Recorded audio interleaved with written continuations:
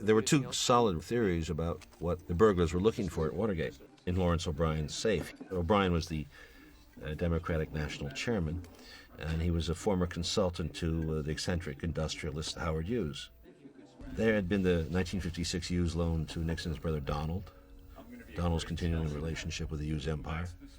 And probably more dangerous, there had been some illegal Hughes campaign contributions of $100,000 and $100 bills after the 68 campaign, which were held by the president's friend B.B. Rebozo in a safe deposit box in Key Biscayne. So Nixon could have been paranoid about that. When they broke in the first time, they found nothing of this nature. So the burglary was for nothing and for that effect. Once that happened, by the way, it's over. Because the legal process is a machinery. It's a huge piece of machinery. Once that starts, it's very hard to stop. You've got paperwork, you've got files, you've got people who are interested, and this booking is the key to the case, because once they're booked, there's a crime in motion, an investigation in motion. The investigation ultimately has to lead back to Nixon. So, although we owe a lot to Woodward and Bernstein for keeping this in front of the American public and to their newspaper, they were not quite the solvers of the equation. The solver of the equation was the legal machinery, which you will see through time in the movie. There's numerous men like Archibald Cox and Sirica who move this case forward. But O'Brien, when all this came to a head, Larry O'Brien made a very funny comment. He said the whole concept of him having the Hughes documents was a phantom because he never knew about the Hughes money. He was quoted as saying, "If I had known, you wouldn't have to break into my office to get it. I would have told the whole world." And the key to the case was the 5 arrested men. If they had been dealt with perhaps in a more generous way by Nixon, if he had truly defended his men as a military commander would, and taken very good care of them, he might possibly have slipped out of the noose, but he didn't. At first, the money was good. Large accounts through Liddy were paid for legal fees for all 7 of the men who eventually were arrested, including Howard Hunt. But each delivery was less than what was needed and promised. And disillusionment started to set in. McCord was the first to make a deal. And he was sensing that the sponsors were not going to provide payments or pardons, especially after the November election, when Nixon easily defeated McGovern. You see, they should have been pardoned, but he couldn't. The Watergate thing had heated up so much by November, he couldn't pardon these guys. He would have looked culpable, of course.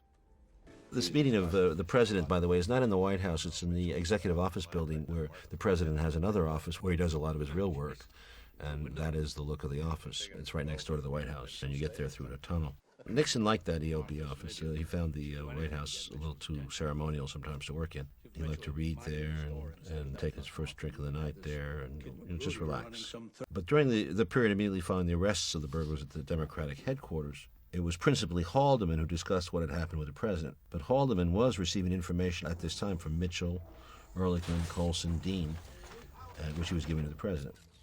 Then, of course, the big thing was the search for the Beverly Hills office of Daniel Ellsberg, psychiatrist, because after the Pentagon Papers were exploded on the front pages of the New York Times, the belief being that either Ellsberg was insane and seen a psychiatrist or an agent of the KGB or both. No file was discovered. Daniel Shore refers to Nixon's life in terms of 4 grand delusions. I think delusion is an interesting word, but the first one will be the Bay of Pigs secret, which comes up repeatedly in the tapes that we have been allowed to hear. And he spoke often to aides about this deeply hidden scandal connecting with the 61 Bay of Pigs invasion of Cuba, an assassination against Castro. That was not revealed to the American public until 1975, you understand? So this is still very important stuff. And it was supposed to involve the CIA and Kennedy. So Nixon talked of nailing Kennedy on the Bay of Pigs, and he kept demanding that his aides produce for him the full secret file he was sure the CIA was hiding. The files were never produced. So we have Shore telling us that these 4 grand delusions are the Bay of Pigs, the Gem assassination plot by Kennedy, and the Bug campaign plane by Johnson that might reveal his relationship with the South Vietnamese government for the election. And then you have the Hughes O'Brien threat, which we talked about. So we have 4 major things going on in Nixon's head. I mean, imagine this poor guy. He's got 4 major problems in his head. He thinks any one of these can derail him, and he has about 10 others, I bet. So this is a very complicated man, Richard Nixon. Nixon was obsessed with the idea that Kennedy could be damned for having ordered the assassination of the Diem brothers, which is outrageous because it was never true. Kennedy was shocked.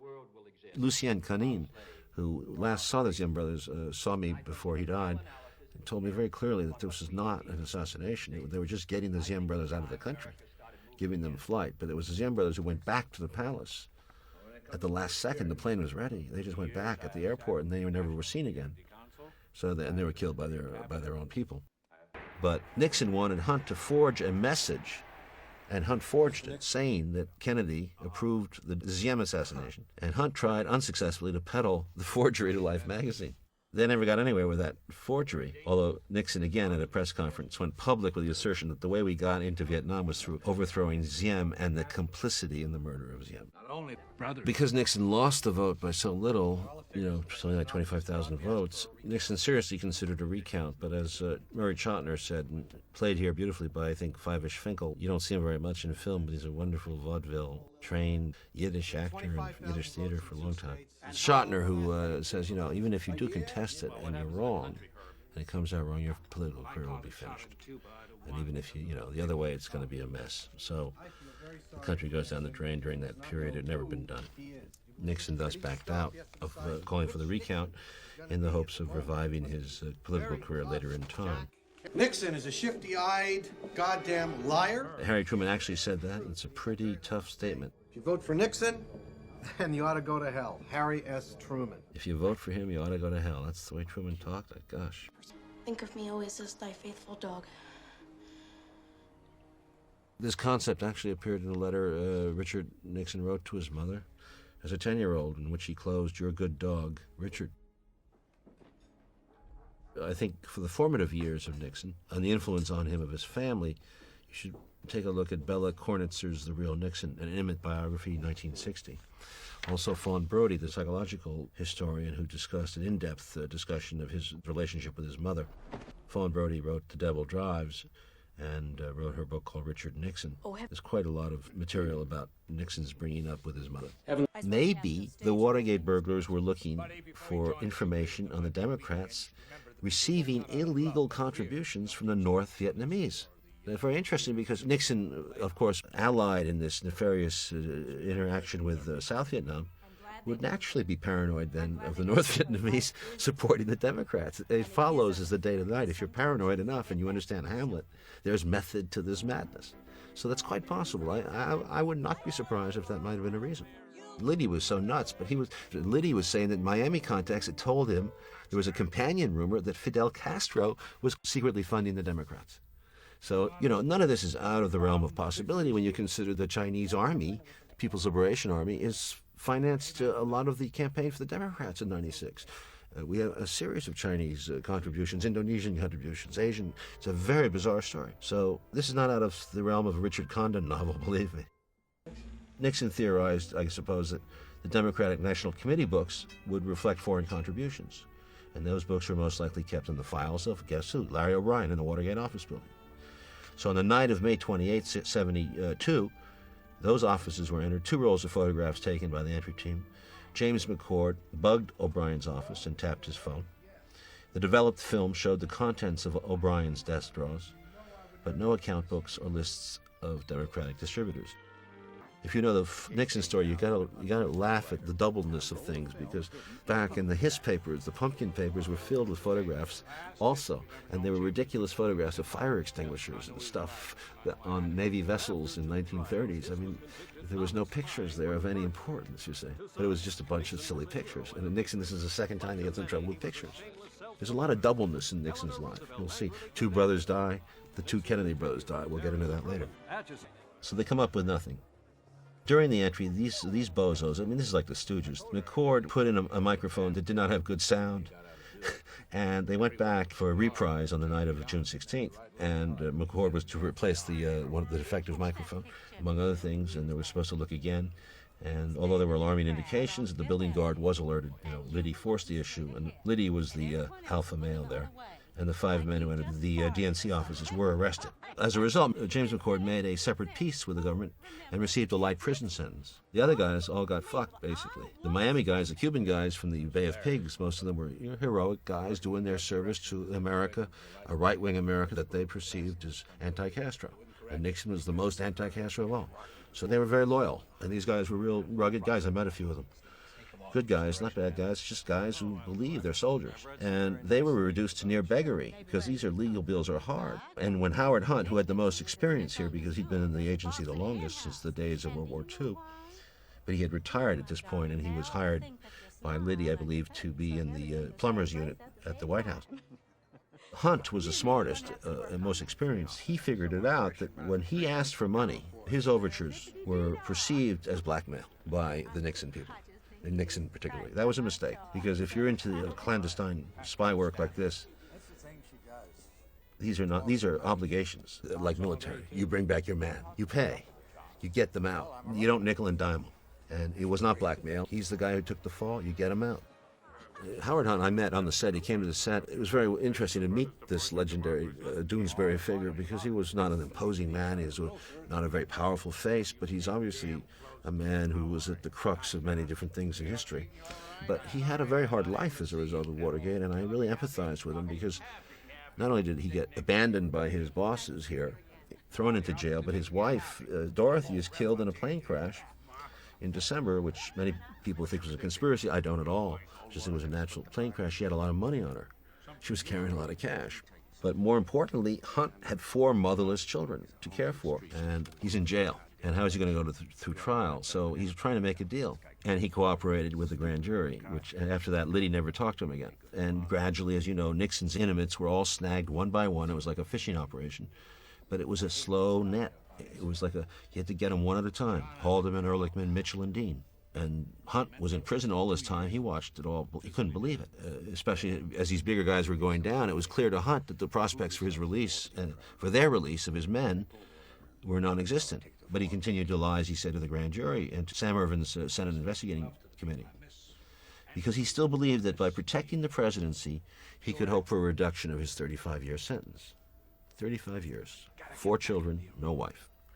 After a year in prison, he was released only on appeal, but his children had already scattered, effectively dissolving his once happy family. Once Hunt got out and read transcripts of the Oval Office tapes, he realized that the president, who he had admired, was completely indifferent to his fate. And for that reason, that was a turning point. He resolved to testify from there on truthfully, and did so from then on. So there's another one who breaks. Once you have McCord, you got Hunt, it's inevitable. The machinery's in progress, because they're not going to go to jail for 35 years for a president that was not loyal to them.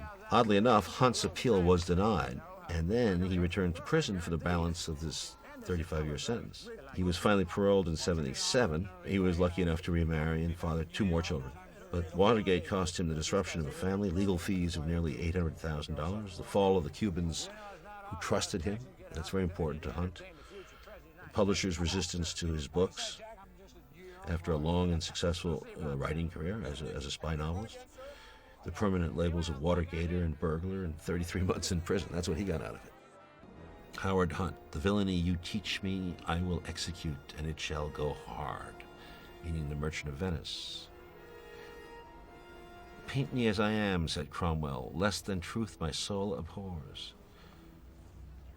And Churchill, an illustrious successor, thought truth so precious as to require a bodyguard of lies. In June 1972, a bodyguard of otherwise honorable men began shielding Nixonian truth with lies. And that was the beginning of Watergate and the fall of Richard Nixon. Clear was Nixon's contempt for those he sacrificed to lighten his sinking boat. He sacrificed everybody, intimate friends, longtime supporters, advisors, until all were gone and he sank alone, rejected and unregretted. I even suggest in the movie that he sacrificed his family by lying to them. And Joan Allen, playing Pat Nixon, although we don't have any proof of her taking on or challenging her husband, I took the dramatic license of allowing her to be the only one who really talked to him, head on straight, which probably she never did, because Pat Nixon, I think, was a deeply unhappy woman who had resigned herself to the compromise. This is what movies are for sometimes, to heighten the realism, to make the point that somebody should have talked to him, and somebody could have helped him. Somebody really could have helped him to get outside himself. Perhaps it would have been simple as a psychiatrist, You could see a psychiatrist as a president. You don't have to be ashamed of it. Somebody to let out your frustrations. Or people say a stress hormone brings on anger. and there's a strong stress hormone in Nixon all the time. You always see his frown, his unhappiness, and you think he didn't do much exercise. He hated exercise. So he lacked that kind of body, and perhaps that was a shortcoming too. If he'd been able to get on a treadmill every day or a swimming pool, he might have worked out some of that stress and anger that he felt, and he would have been a happier man. But everyone would say he was a sourpuss, although he could be a charming man at times. He was never comfortable in one-on-one conversations. He generally liked to address groups of people. So one of the great scenes, I think, is when he goes to the Lincoln Memorial to talk to the students. He never really focuses on any of the kids until one of the girls forces him to, which is the way he actually talked to people. I mean, not all the time, but and unless it was about business, Nixon didn't want to talk too much. He was bad at small talk. Bob Scheer, who was one of our consultants, columnists for the LA Times, very helpful, and knew Pat Nixon too, told us how brilliant Nixon would be one-on-one in discussing policy. At the same time, how awkward he would be talking to you one-on-one about anything less than policy. Whether it would be surfing, the Redskins, football, it was embarrassing and awkward, and he was very clumsy, and he'd start to sweat and bumble. Brian Bedford is a fine Canadian actor, been excellent in theater for years. It was a delight to work with. Hold still. Hold still means don't get your erection up there.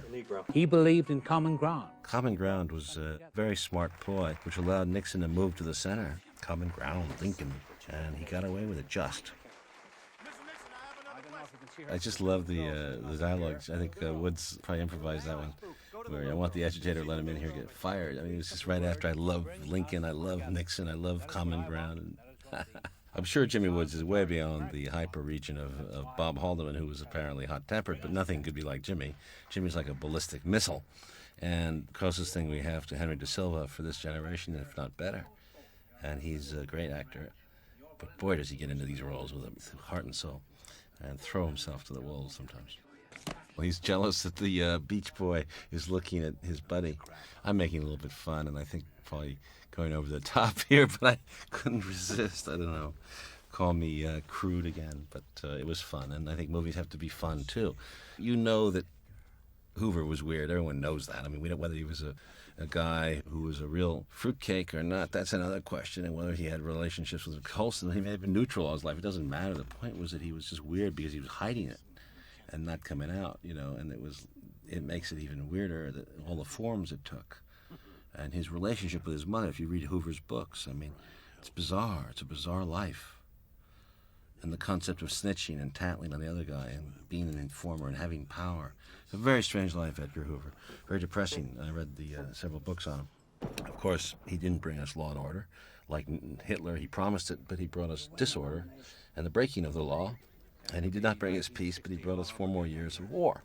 And that's what you have to tally when you add it all up for Nixon. You cannot forget the facts.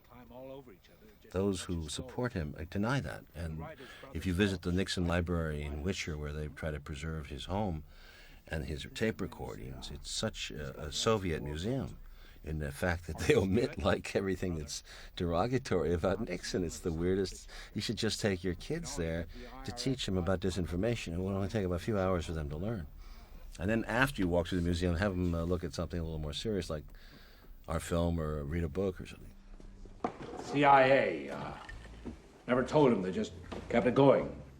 Like it had a life. This is what I think is new and key. Some people will agree on this or not, but a life of its own is very important. Kennedy certainly became involved heavily after the Bay of Pigs disaster. I love bringing in fever here. Counter imagery. Countercut. Different mood inside him. The man inside. Hurt. I love this moment. You mean two? Two bodies. It's almost like a mystery movie. 4. Cut access on it, too. He's talking about his 2 brothers, and we're going right back into the second death. 2 and 2. There's an odd symmetry to Nixon's life, as all lives. Sometimes we have doubles, sometimes we have twins. Hundreds of thousands. Back in the Lincoln Room alone, it's a canted angle again. I love the wallpaper. This is where people get confused about the drinking because they think that he keeps drinking, but this is the same glass. Nixon never could mesmerize a crowd, but he had ability to polarize and to anger. He was an angry man, and he gave off that anger.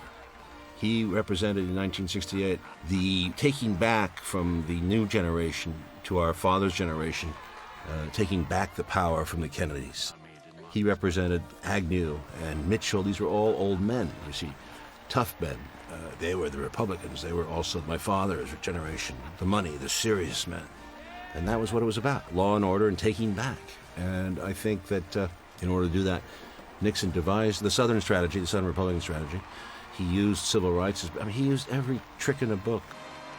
People all have the knowledge of lying in their lives, so they recognize the little lie, you see, and that's the social contract. But to really get away with it, you have to make a really big lie, because that's so outrageous that no one will really believe it. And I think, in a sense, Nixon was not as practiced about it as Hitler, because Hitler was really a mass manipulator of crowds, and he studied them. That's part of the reason Jim Morrison studied him, too, because he knew that Hitler knew how to mesmerize crowds. He was a great speaker. Great speaker.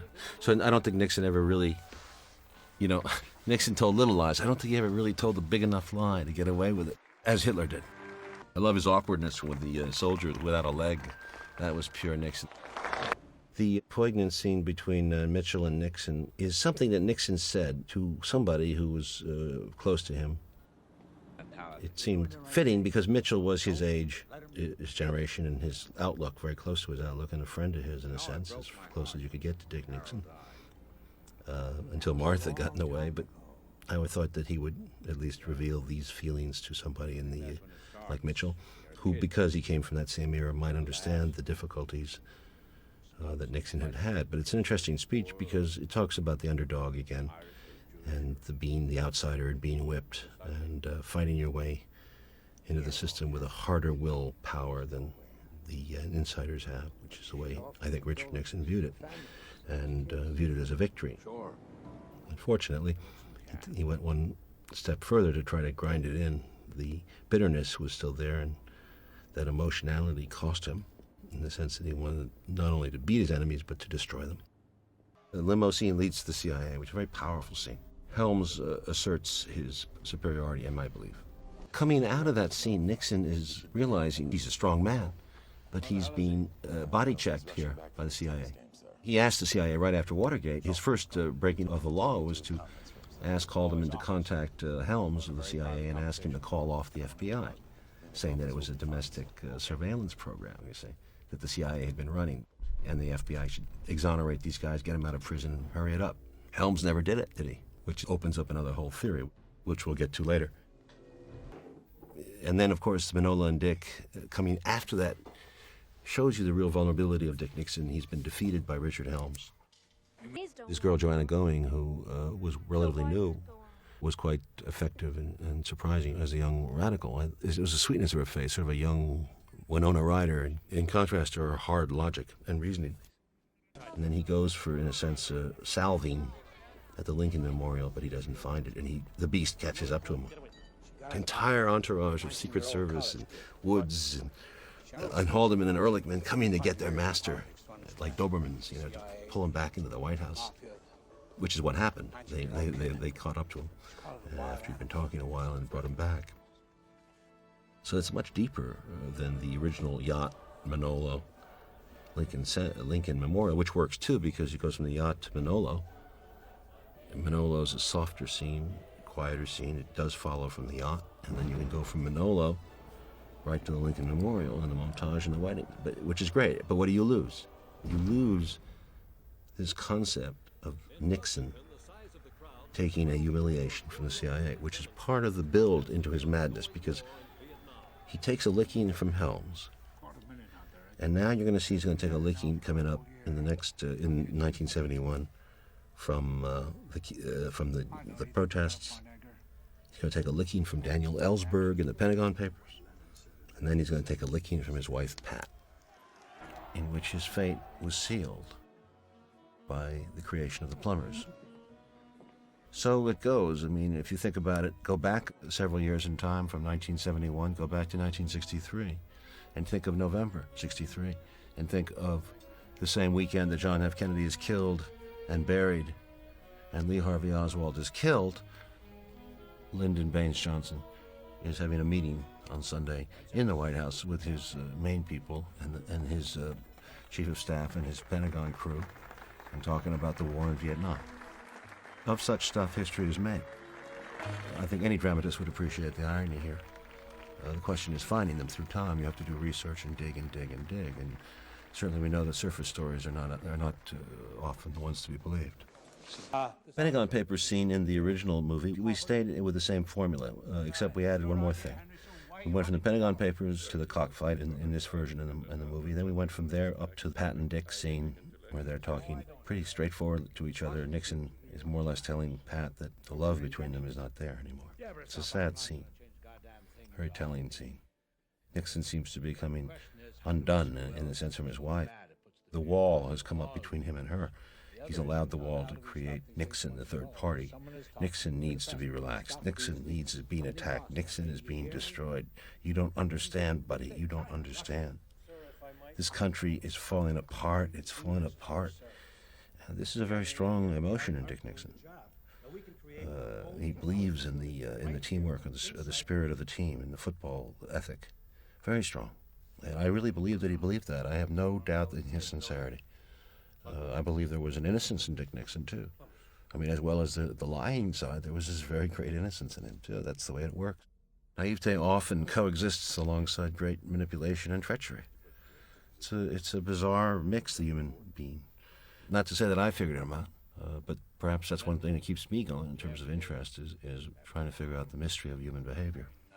Insofar as in this new cut of the film, which I've been able to remake after 5 years, which is really a luxury considering the pressures of the economics of the scale of movie making. DVD is a wonderful medium, and I hope maybe a lot more directors are going to be recutting their films, and you'll have two versions, and whatever you like. But with playing with the idea of making the new movie thicker and a little bit more contrasty in the rises and the falls of Dick Nixon, the lunatic behavior growing even more powerfully out of the highs and the lows. I really pushed it here in the second half of the film to densify and push the madness of King Lear, so to speak. Part of that is putting the CIA back in earlier, after the yacht scene, and that was a big scene, the CIA and the yacht scene coming on to him. Waterston slicing his tendons open practically, then Manolo and hurting him in his own innocent way. And the Lincoln Memorial was a wipeout for him, emotionally hollow. Protests like a nightmare continue for another year into 71, June 71. And then went to the wedding, and we went from the wedding to the Pentagon Papers and the cockfight. And then we had that scene between Pat and Dick when they circle each other, and Pat was telling him, "They will never love you, Dick. They will never love you."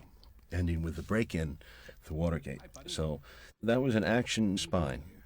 But in the course of a DVD, I think since the spectator can walk away when he so wills, or watch half of it now or half of it later, whatever, this is where it seems to me that you can put the more complex movie. Now, after the Nixon-Pat scene, in the old movie, we went right to the break-in, and then from there to Chairman Mao in China for the last act. But we went back in this up and down kind of behavior. We see the increasingly unstable Nixon in one of the most powerful scenes where he really was wonderful, and I don't know why I cut it, but I cut it thinking that it was perhaps redundant or perhaps over the top or perhaps length was an issue. But, those are the scenes you die for because you think of them through the years like children, and they're gone. Except here's a chance, for some people who really do care, to see this wonderful scene where Anthony Hopkins just blows me away with his mannerisms. He's just so interesting. What that scene does emotionally is just jack you up again after that long scene with Pat and Dick, where you kind of like, it's a nice scene, but it's dropping down into melancholy and sadness, so there's less energy. They're both defeating each other. They both end up stalemated in a way, sapped of energy. Now you shoot up with this cabinet meeting. And I think of the cabinet meeting being the endorsement of his anger, so to speak. It reminds me very much in the first act of him doing the same thing when he told Pat that he would never run for president in 1962 in California. Cut to the next scene, and he's resigning from politics, saying you won't have Nixon to kick around anymore. That anger. That's the gang in there, looting and stealing. They broke into Ellsberg. They couldn't find anything on him, and ultimately he was exonerated. These guys had done a lot of break-ins, by the way. This was not the first one. They tried to firebomb the Brookings Institute. So here we go from the cabinet into the break-in into Mao. All these montages have a reason. And there's a sort of a motif, a symbolic lead motif, which is the flower, the orchid with helms. It's the bombs in Cambodia. The reverse montage of his life that you see when he pushes back the tape as if he could pull back all his entire life and everything would go backwards again in time. I've never seen a reverse montage like that. I mean, we really love montage. I'd like to do more of it. I think it tells the story faster. Nixon with the ranchers has a lot of guts in this scene, and for standing up to them. He's confident that he's going to win, but he can't quite be sure, and he takes them on and really pisses them off. Well, and he does win the election in a landslide. And you would think that landslide would give him the security he needed to carry on with a respectable and healthy second term. But the opposite was true. The bigger the landslide, like some egomaniac czar out of a Eisenstein film, he had to have 99% of the population say yes, as opposed to settling for a simple 51% or whatever. That's the sad part. He got crazier. To go understand Nixon, you almost have to go back into the war, because you have to understand that it was during the war that the American government started to get into bed with the Mafia, because we were fighting a war. We needed help. Lucky Luciano. We'd had the troop ship Normandy was sunk right in Manhattan, because the Nazis were infiltrating the docks and shipyards. I mean, there was Nazis all over Montauk, Long Island. There were various places in Long Island with the names. America was mostly German, 60%, especially in that sections of Long Island. There were stories that the Germans moved freely on Montauk. We developed a friendship between the Mafia and the Office of Strategic Services, which is OSS, precursor to the CIA. When we made a pact, we went into Sicily. They helped us. They helped us on the docks. It was Governor Dewey, Tom Dewey, who was of New York, who was Nixon's greatest supporter, actually, political supporter, early in his career. It was Dewey who busted Lucky Luciano originally and sent him to New York prison. But it was also Dewey who now agreed to deal and transferred Luciano to a much easier prison, and then he signed parole papers right after VE Day for Luciano, because Luciano had done the work for the government in Sicily and on the docks in New York. So that was the beginning of this relationship.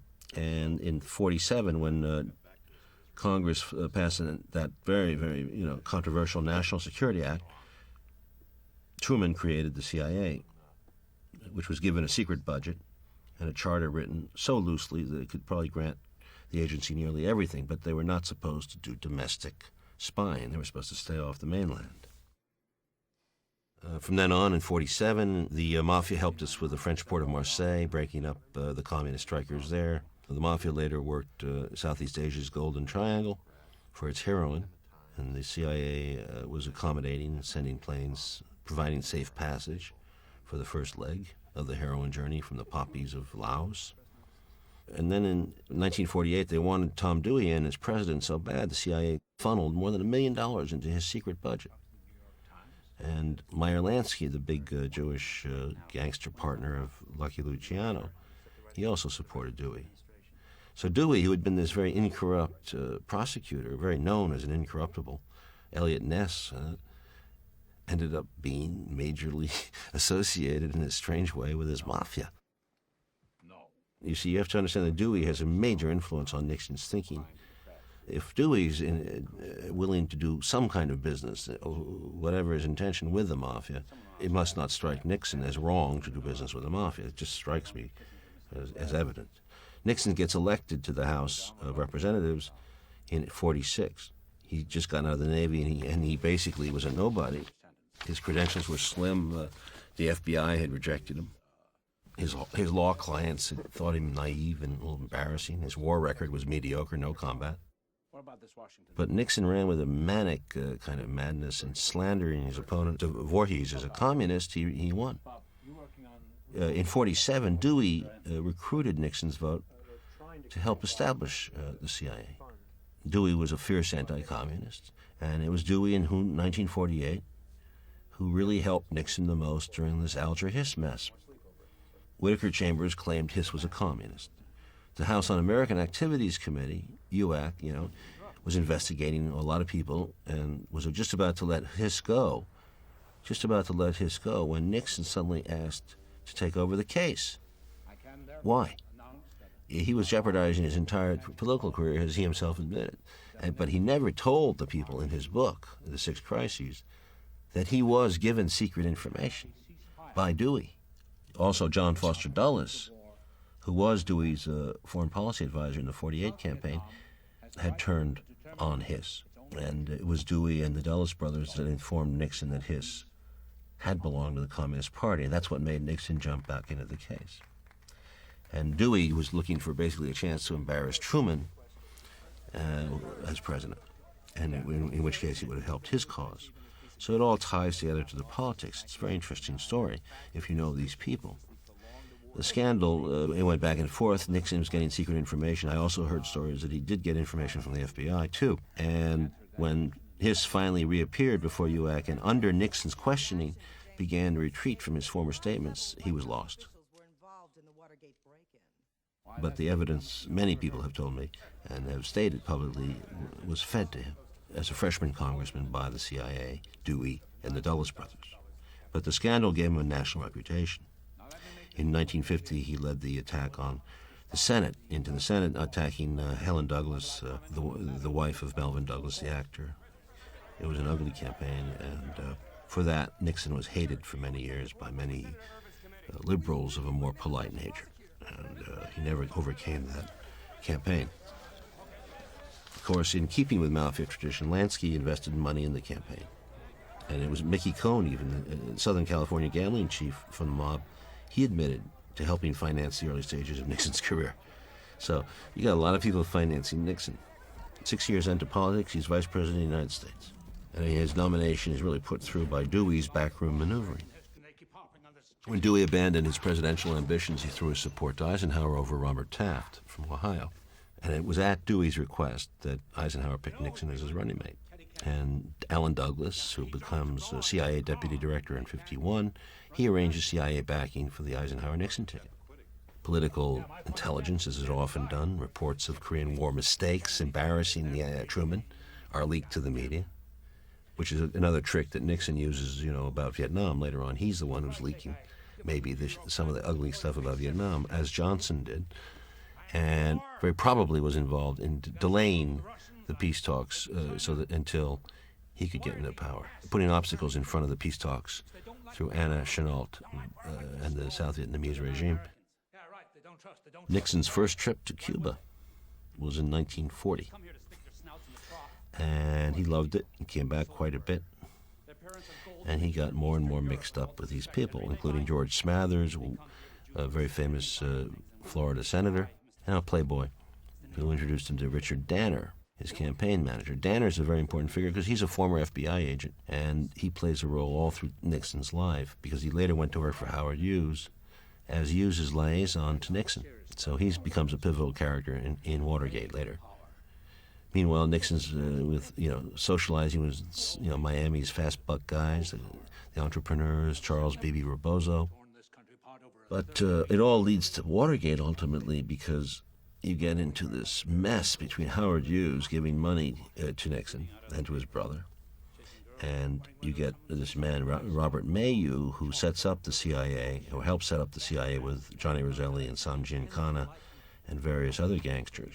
Mayu works for Hughes. And he also, Mayu claims great credit for being a front for the CIA and very connected there. And Hughes at that point was hiring all these ex-CIA employees as administrators of his huge company because he wanted to get the big deals from the military. And he was buying Nixon. That was a small buy for him. In '56, he gives Nixon a secret $100,000 to help fight this dump Nixon move by Harold Stassen.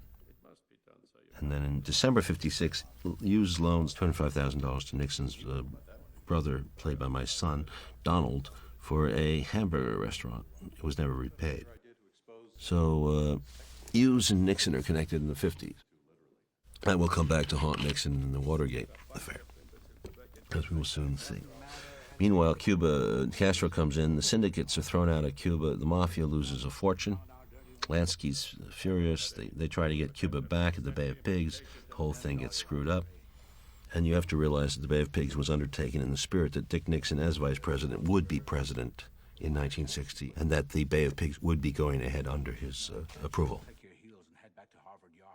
Alan Dulles, in 1960, August, really subcontracted the job to kill Castro.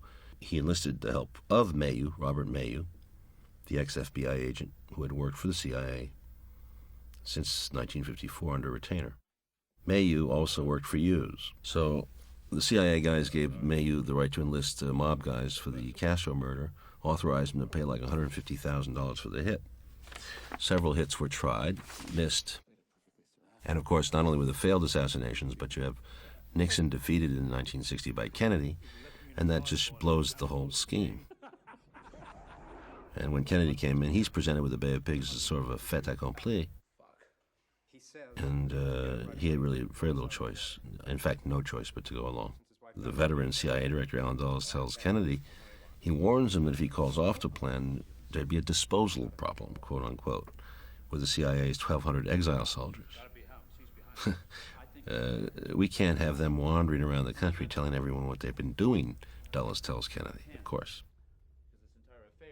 So the Bay of Pigs is a big shock to the right. We lose. It's the biggest shock since probably Korea and China in 1949.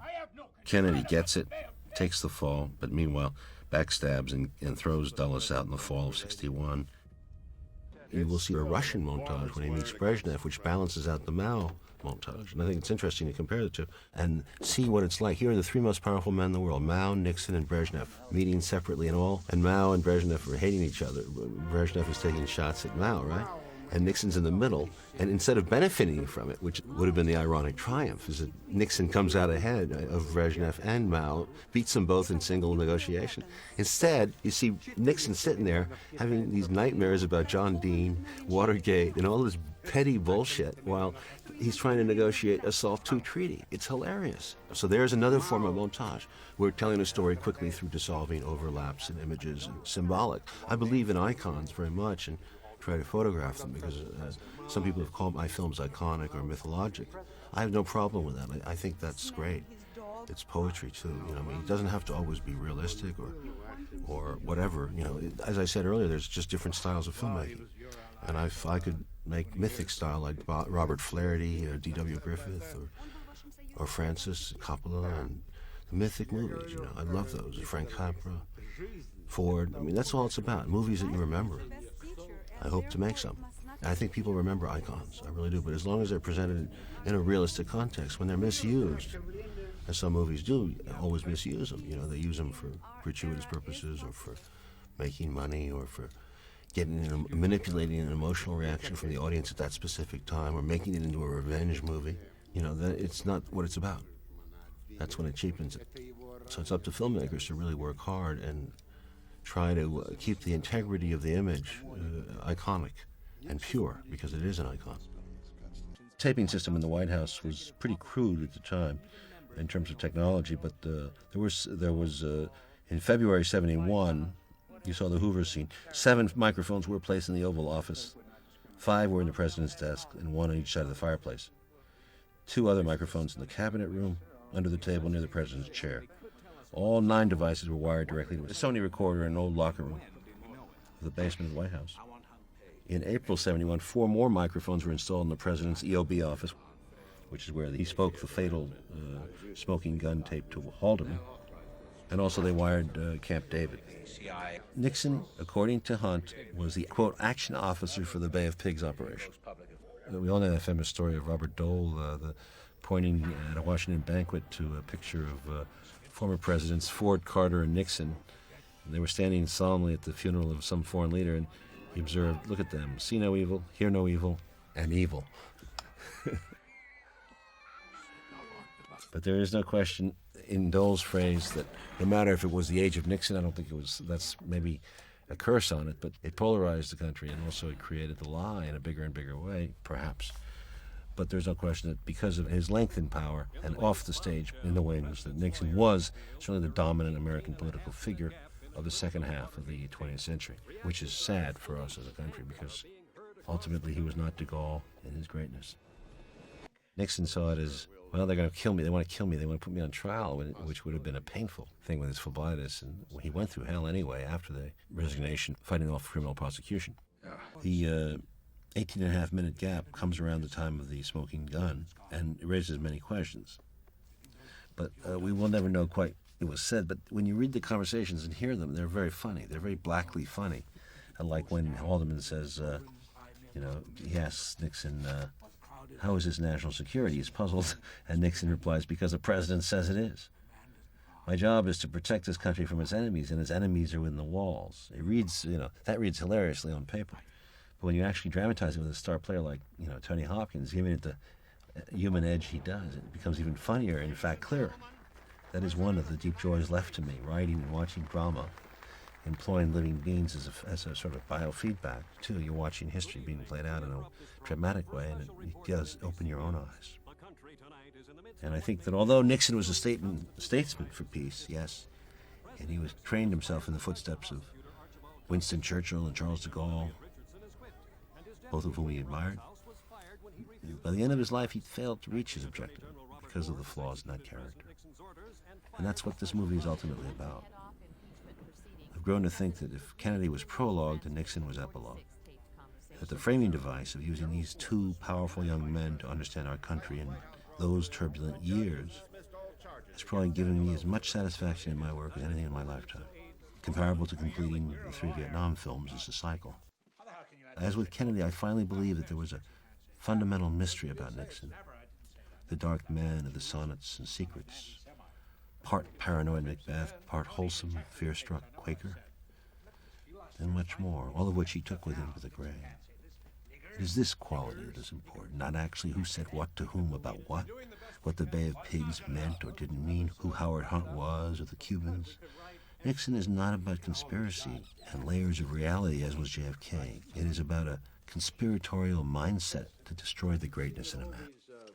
On this smoking tape, the June 23rd, 72 tape, when Nixon refers to the Bay of Pigs and its connection to Watergate, Haldeman came to say, after he went to jail, that the reference was actually to the JFK assassination. You should see Haldeman and Damona's book. It's called The Ends of Power, pages 37 through 40. Quote, it seems that in all those Nixon references to the Bay of Pigs, he was actually referring to the Kennedy assassination. I just love the idea in the middle of this very solemn moment, which is true by all accounts. But how do we know it's true? It had to be leaked by the only person in the room was Kissinger. So it was Kissinger leaked, and so we couldn't resist the impulse to go in and just sort of have Kissinger make a little joke about this is not going to leak, is it? Which would have been inappropriate. This is not going to leak, is it? But what Kissinger, we think, didn't know is that Nixon might have been looking back at him knowing he was the leaker. That's why there's a little bit of a smile that runs through Nixon there. Nixon knew more about Kissinger's leaking than Kissinger knew. But it's also a very moving scene because it's pathos, the pathos of Nixon, that emotional need that was never met. One historian, Stephen Ambrose, has written these volumes on Nixon, implies that I'm saying in the movie that Nixon was in some way in on the assassination of JFK. Well, nothing could be further from the truth if you look at the scene.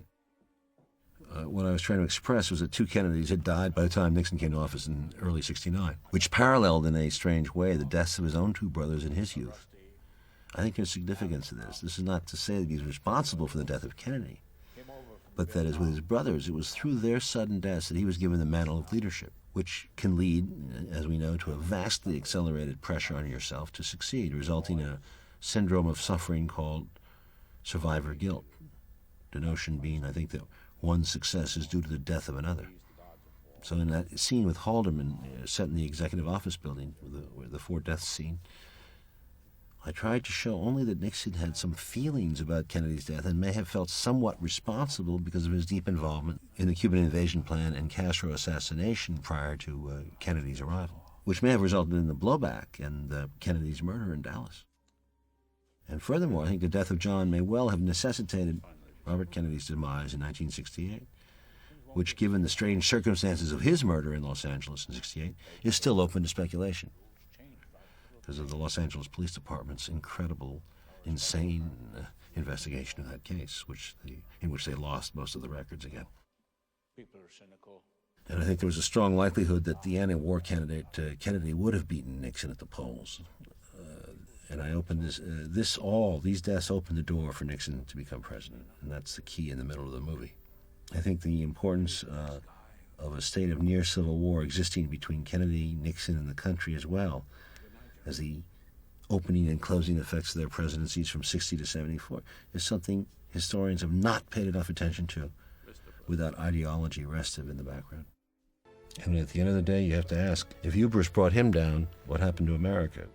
With Nixon vanished for future presidents all but a trace of that trust and confidence that may yet prove to be the indispensable commodity in American politics. He gave of himself with